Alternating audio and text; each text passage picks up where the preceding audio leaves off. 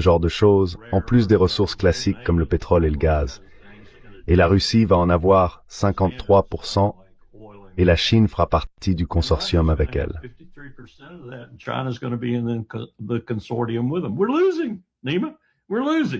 Nous sommes en train de perdre, Nima. Nous perdons. Nous perdons de manière spectaculaire. Et il y a ce sentiment encore confus, au Pentagone en particulier, mais aussi dans l'ensemble du gouvernement.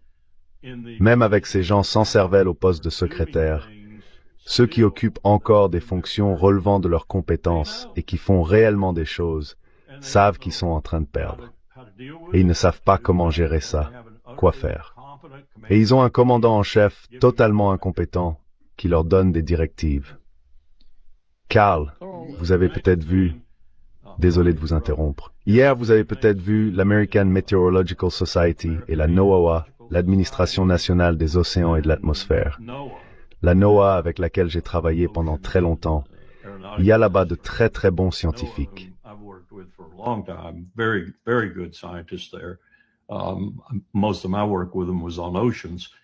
La plus grande partie de mon travail avec eux portait sur les océans. Ils ont tous les deux publié un rapport pire que le dernier rapport sur le climat que nous avons reçu de l'ONU. J'ai eu l'impression de lire les résultats, les scénarios les plus pessimistes, des simulations du Center for Naval Analysis que nous avions menées en 2006 et 2007 avec la participation d'une grande partie du monde, et nous avions dit, d'ici 2065, voilà à quoi ressemblera le pire scénario. Eh bien, nous voyons aujourd'hui ce pire scénario commencer à se développer dans des endroits comme la France et l'Espagne et dans l'ouest de ce pays, avec à la fois des pluies torrentielles et des sécheresses, des incendies de forêt, c'est incroyable. Nous observons dès maintenant une grande partie de ce que nous pensions commencer à voir 10 à 15 ans plus tard.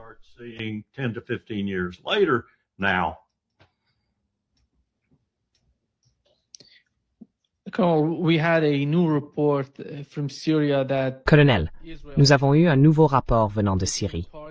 Israël a frappé certaines cibles en Syrie. Il semble que cela soit lié aux positions turques en Syrie. Des munitions ont été touchées, parce que sur les images on voit des explosions secondaires. Cela signifie qu'ils ont visé des moyens logistiques là-bas, en Syrie. Et l'autre point concerne le dernier pacte de défense entre l'Arabie saoudite, le Pakistan et la Turquie. Nous avons eu deux interprétations différentes.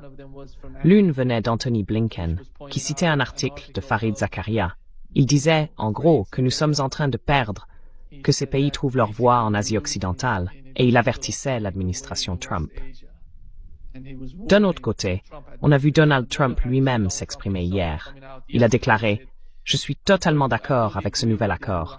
Je félicite ces pays pour cet accord qu'ils concluent. » Et nous savons à quel point leurs positions divergent.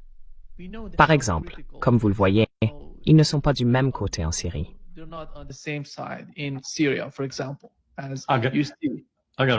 Je dois m'absenter une petite minute, d'accord? D'accord. Ce médicament que je